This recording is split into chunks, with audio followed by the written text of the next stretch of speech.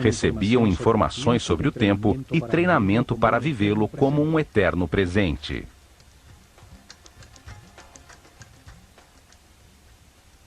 Entendiam que pensar é comparar para conhecer, e que quando se sabe tudo, não se pensa nem se compara. Aprendiam a mudar de estado ou nível vibratório, a manejar as circunstâncias externas, conseguindo o equilíbrio emocional como uma decisão mental interna.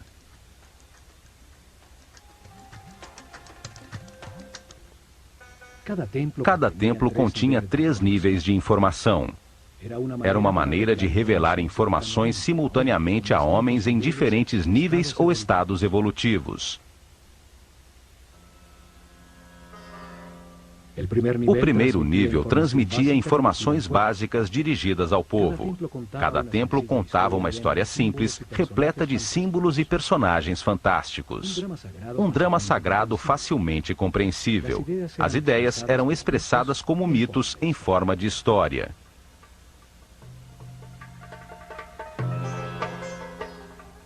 O mito, a história fantástica, foi utilizado como método para revelar ao homem um mundo que ele só entende imperfeitamente. Os mitos ganham vida quando se acredita neles. Inventavam personagens com características simbólicas, com formas que trazem à mente sua função e atividade principal, que participavam de histórias simples e parábolas que contam verdades sobre a natureza humana sem a aridez e a abstração da filosofia ou da metafísica. O povo recebeu a informação sobre cada tema sagrado ao conhecer a história central de cada templo, ao conhecer as fraquezas e forças de cada personagem, as circunstâncias que atravessam e a maneira como os resolvem.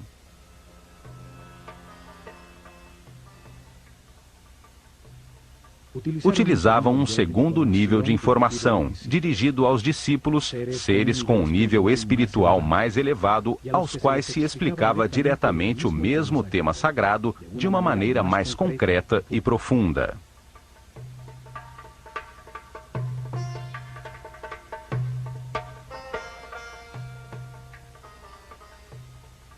Para isso, utilizavam as cenas descritivas do mito, talhadas nos muros do templo.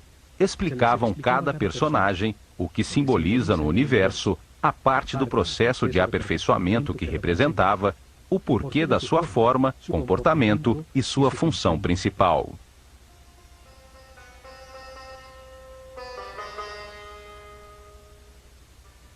A sabedoria dos sacerdotes do Olho de Horus fica evidente na história contada por cada templo e nas formas que utilizavam como símbolos.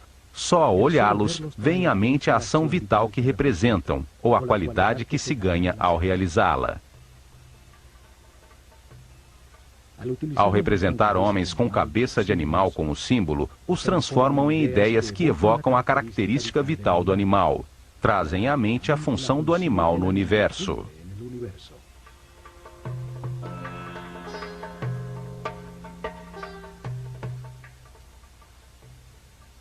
Um homem com cabeça de chacal adquire as suas características, seu instinto de orientação no deserto. Seguindo as suas pegadas, chega-se sempre a terras cultivadas. É, portanto, um excelente guia. Cada símbolo evoca uma simbologia. A forma simples de um pássaro evoca na mente o voo, a liberdade. Um disco solar sobre a cabeça de um homem fala da sua iluminação, da sabedoria que irradia, da informação que tem, do nível da sua consciência.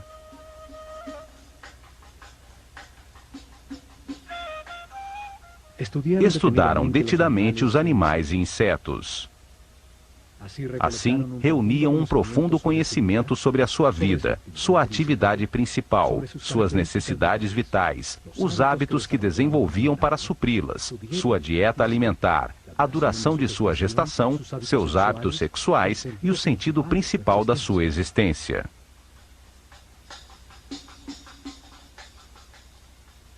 Escolheram os animais mais idôneos para representar uma ação vital e o que acontece no universo quando se executa. O processo da lagarta que se arrasta e tece para depois transformar-se em borboleta.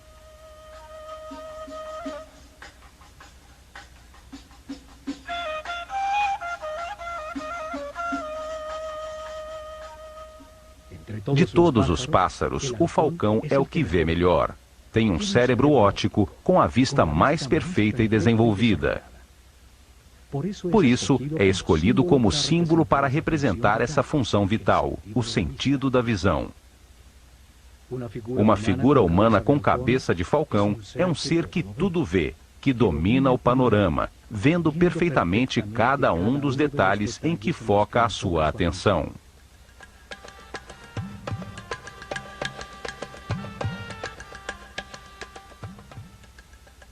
Estas figuras chamadas deuses ou néters pelos egiptólogos que acreditam que o Egito era politeísta e que adorava os animais, representam apenas uma ação vital, um comportamento que transforma e aperfeiçoa. Cada ação importante da vida tem um símbolo que a representa, comunica a transformação que acontece na essência do indivíduo que a executa, o que obtém dela. Um par de braços indica a adoração, um par de pernas a ação de andar, uma boca a ação de falar.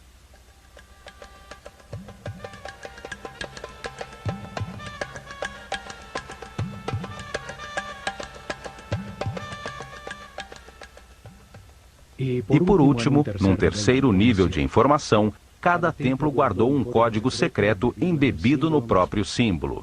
Era conhecido apenas pelos altos sacerdotes e mestres, com informações sobre forças e energias fundamentais, como controlá-las e utilizá-las para prestar serviço ao seu povo.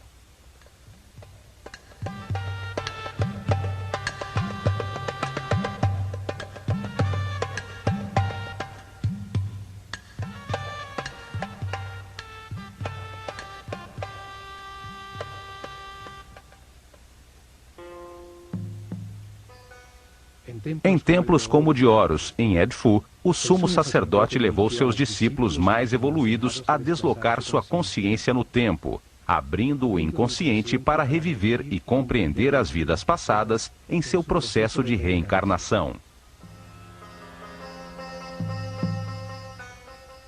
O sumo sacerdote foi sempre um ser muito adiantado no caminho espiritual. Ele não se identificava com o corpo, conhecia perfeitamente o seu funcionamento e que energias utilizar para equilibrá-lo.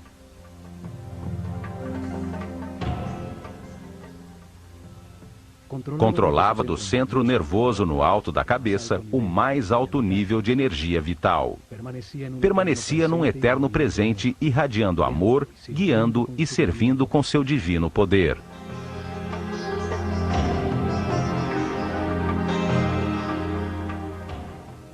A matéria apenas recebe, se contrai. Dar é irradiar. Esta é uma característica vibratória do espírito. Os seres de cada nível recebem e transmitem aos níveis inferiores. Em seus salões, entenderam que a realidade se compõe de 7 níveis de energia vibratória, 7 correntes energéticas com 7 diferentes níveis de poder ou força.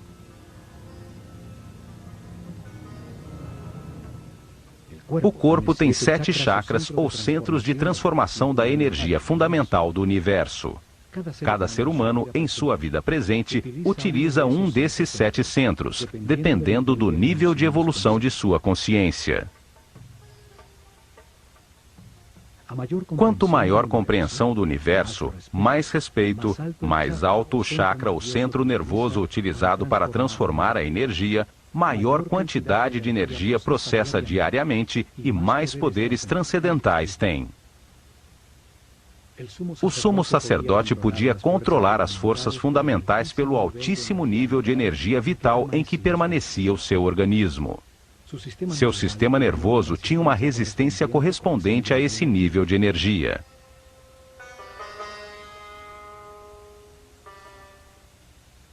Assim, em todos os templos do Egito, os iniciados receberam informação e treinamento, aumentaram paulatinamente seu nível de energia vital e, de maneira correspondente, o nível de resistência dos nervos de seu corpo.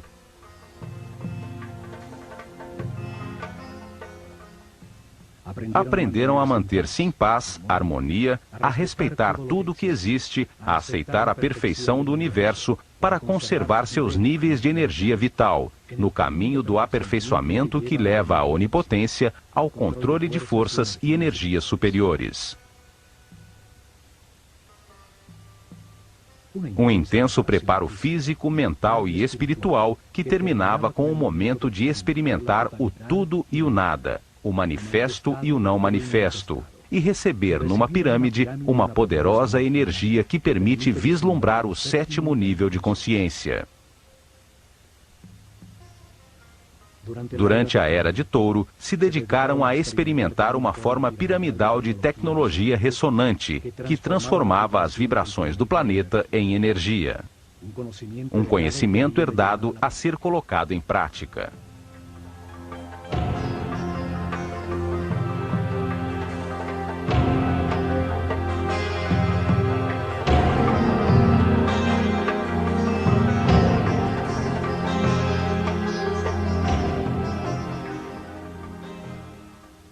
Colocaram maciças formas piramidais de milhões de toneladas em pontos nevrálgicos sobre a malha eletromagnética do planeta.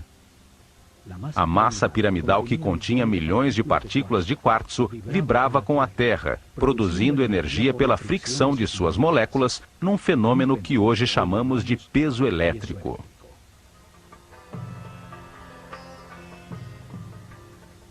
Construíram muitas pirâmides, até chegar ao modelo perfeito da pirâmide de Queops. Seus corredores, galerias e câmaras transformaram essa energia em som, fazendo vibrar em níveis cada vez mais altos o que fora preparado física, mental e espiritualmente. Esta força impulsionava a mente do homem a perceber outras dimensões, chegando a outros estados especiais de consciência. Com esta ajuda externa, os iniciados vislumbravam o sétimo nível de consciência. Retornavam relembrando o êxtase obtido, as verdades verificadas, para transmiti-las a seus companheiros com palavras e ações. Em suas meditações posteriores, obtinham novamente esse estado de unidade sem movimento, até que essa situação se consolide definitivamente, e eles fiquem de maneira permanente no estado de Deus-Homem, sempre irradiando energia positiva de amor.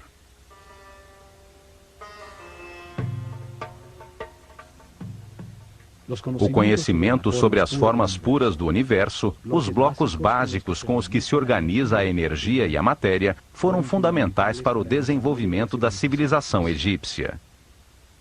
Hoje chamamos essas formas puras de sólidos platônicos. 5 polígonos com seus lados e ângulos iguais, baseados em triângulos equiláteros, a forma divina, sem tensões. Utilizando essas formas, puderam produzir efeitos de ressonância e concentração energética, para elevar a percepção da consciência, para conseguir efeitos de supercondutividade, com os quais se anula a força da gravidade. Hoje se descobriu que o planeta tem pontos nevrálgicos, chamados nodos diamagnéticos, onde se pode controlar a força de gravidade do planeta e produzir fenômenos de supercondutividade. A supercondutividade permite amplificar ou diminuir a força da gravidade. Ao aumentar o peso das pedras, se enterrava conhecimento, sem que fosse necessário escavar. Ao diminuí-lo, tornaram as pedras leves para empurrá-las e movê-las facilmente, desde pedreiras longínquas. Na ilha de Sehel foram encontrados hieroglifos com fórmulas e ingredientes para produzir uma espécie de concreto que parece rocha. Cientistas franceses os decifraram parcialmente. Suas experiências confirmam que se trata de polímeros, que ao solidificar-se produzem uma espécie de pedra. Isso explica a facilidade para fazer juntas tão exatas entre as pedras dos seus templos, conseguindo usar os blocos já fundidos como forma para os novos.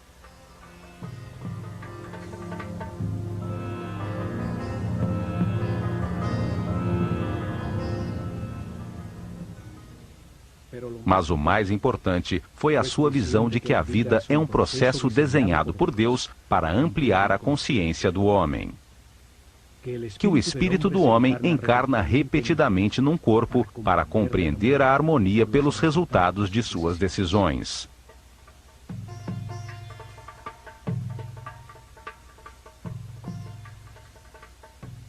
Ao viver muitas vidas com experiências opostas, de angústia e de paz, de depressão e de felicidade, de riqueza e de pobreza, de saúde e de doença, compreende a razão da sua existência e acaba com as limitações materiais, transformando-se num super-homem imortal.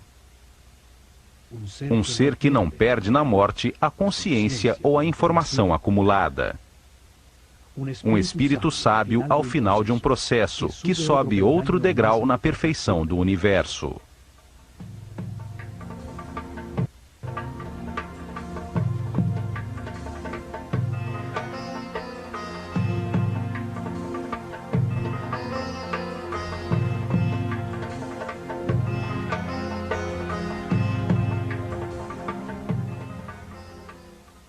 O homem reencarna muitas vezes. No princípio, a sua animalidade é dominante. A intolerância e a agressão determinam uma vida de sofrimento.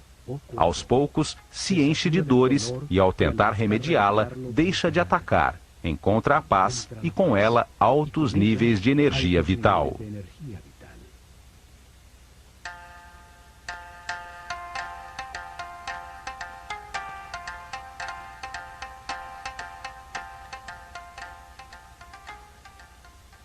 Com a informação do processo de aperfeiçoamento e das leis que o regulam, os egípcios melhoraram de vida, aceitaram os momentos difíceis como parte do seu caminho de aprendizado, permanecendo assim em paz e harmonia.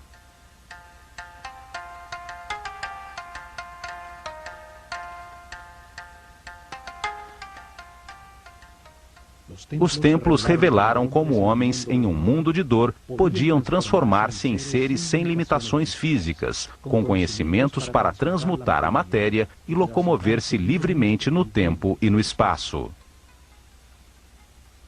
Entre as contradições de cada vida se aprende algo e se renasce um pouco mais sábio. Na polaridade entre a luz e a escuridão, entre o medo e o amor, se aprende a encontrar a paz e a harmonia, a manter a energia vital.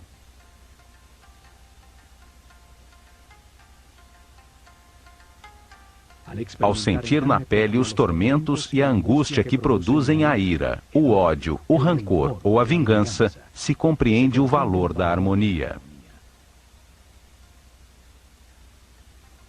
Ao compreender que cada decisão produz paz ou sofrimento, pode-se passar do inferno da vida ao céu da mesma. O povo entendeu que todas as ações da vida diária, pescar, semear, colher, são uma maneira de aproximar-se de Deus, de se aperfeiçoar a cada dia.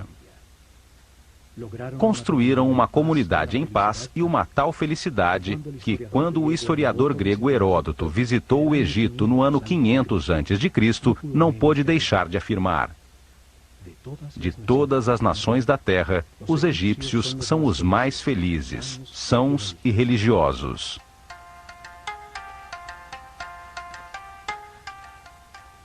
Apesar disso, não tinham uma palavra em sua língua que significasse religião. Não viam diferença entre o sacro e o mundano. Viam-se como os encarregados de compreender que Deus, o universo e o homem formam uma unidade manifesta pelo amor.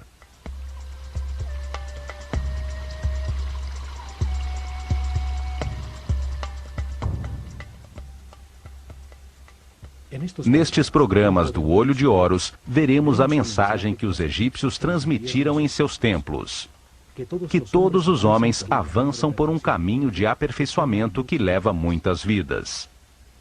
Alguns estão mais evoluídos que os outros, mas todos chegarão à imortalidade e à consciência permanente, somente aprendendo a ser flexíveis, a aceitar as circunstâncias e a respeitar todos os seres que nos rodeiam.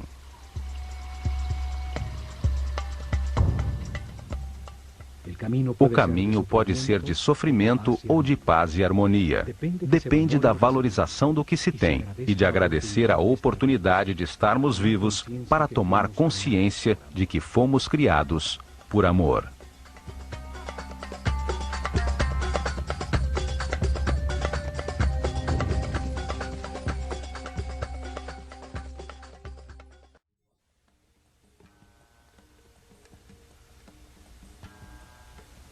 Existiu no Egito uma fechada e misteriosa organização de sacerdotes cujo símbolo era o olho de Horus.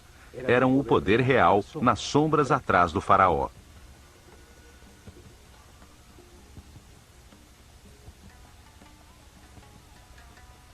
Foram os herdeiros de sacerdotes sobreviventes do ciclo anterior da humanidade que viram no dilúvio uma oportunidade para orientar a humanidade em direção a um destino mais alto e estruturar uma sociedade dedicada ao aperfeiçoamento espiritual.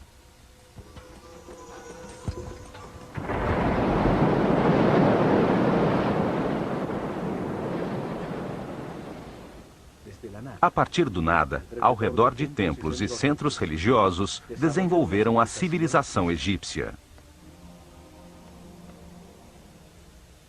E nos templos concentraram o conhecimento, o poder, a riqueza material e espiritual.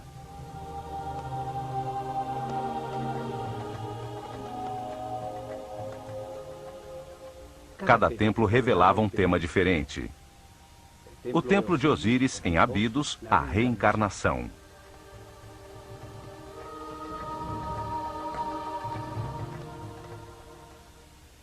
O templo de Com-Ombo, a dualidade.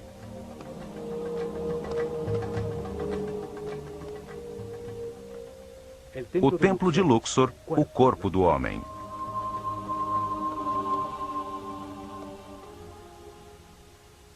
O templo de Hathor, em Denderah, a gestação.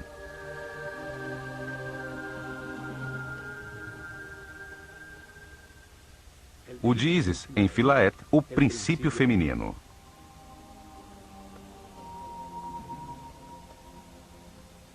Cada templo ampliava o conceito do processo evolutivo. O templo de Horus, em Edfu, revelava a existência da iluminação.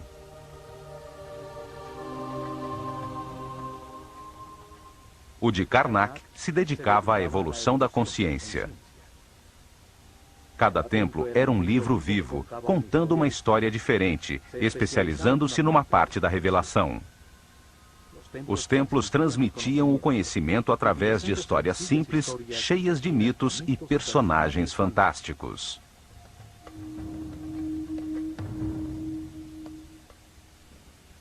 Revelavam informações utilizando uma história fantástica, uma parábola com ensinamentos, um mito cheio de personagens simbólicos que explicavam a vida como parte de um processo de aperfeiçoamento. Cada personagem representava uma força que moldava o caráter, que levava a agir de uma maneira específica, produzindo como resultado uma ação vital que aperfeiçoava.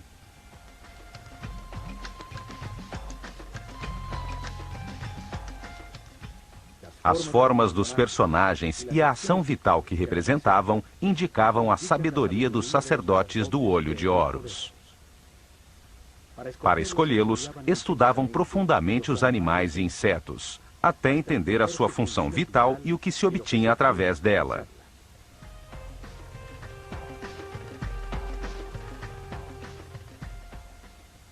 Depois, escolhiam um animal que melhor representasse uma ação vital e o combinavam com um homem, num símbolo gráfico muito simples.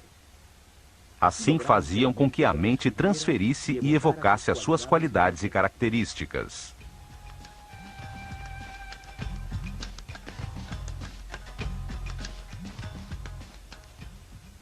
Um homem com cabeça de falcão convertia-se num ser que tudo vê, como um pássaro que evoca a liberdade e a leveza do espírito.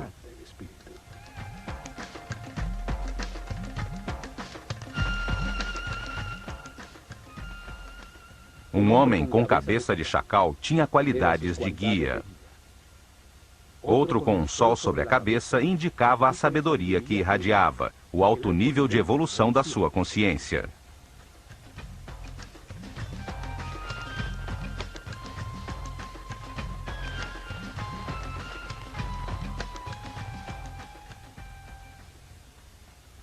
Um desses personagens simbólicos foi chamado de Osíris. Em Abidos, protegido do exterior por altíssimos muros, está o templo que relata a sua história.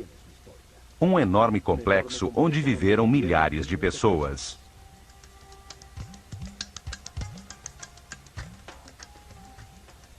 Neste programa, veremos o que este templo revelava.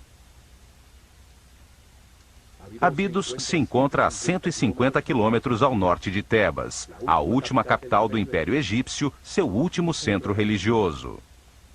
Por volta do ano 1300 a.C., Sete I e seu filho Ramsés II construíram um templo dedicado a revelar a existência da reencarnação. O templo era formado por 2 pátios fechados,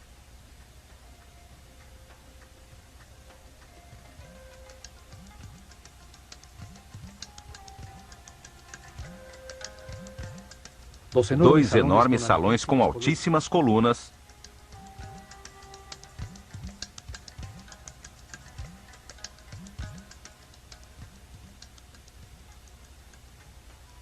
sete santuários e uma série de câmaras e áreas de serviço.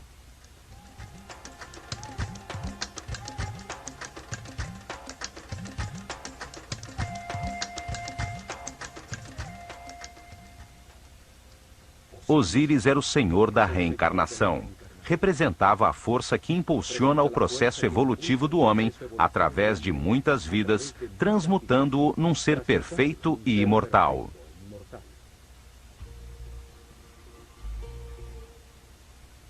Neste templo, os sacerdotes do Olho de Horus revelaram que a reencarnação é um processo evolutivo criado por Deus para permitir que o homem compreenda a evolução do universo.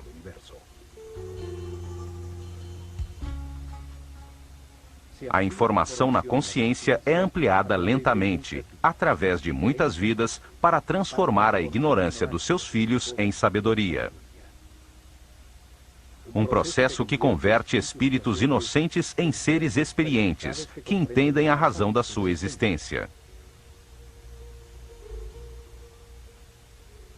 A reencarnação transforma um ser denso e rígido que permanece na baixa vibração do medo num ser flexível, etéreo, que vive na frequência altíssima do amor.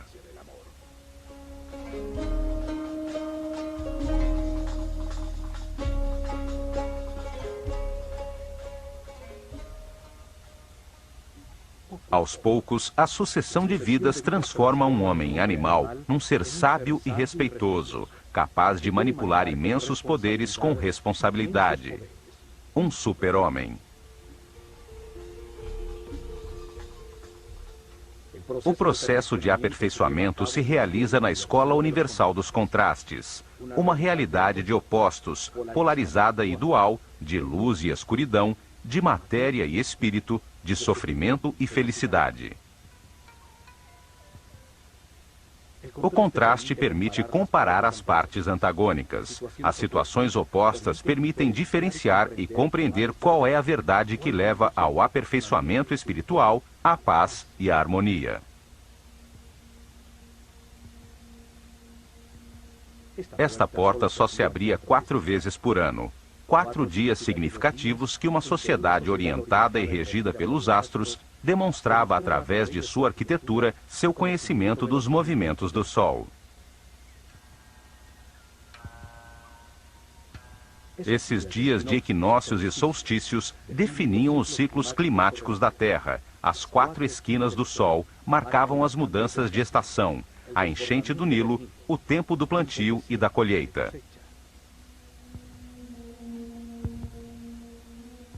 O primeiro raio de sol entrava pela porta do templo, iluminando o interior do santuário de Amon-Ra, a Barca de Ouro.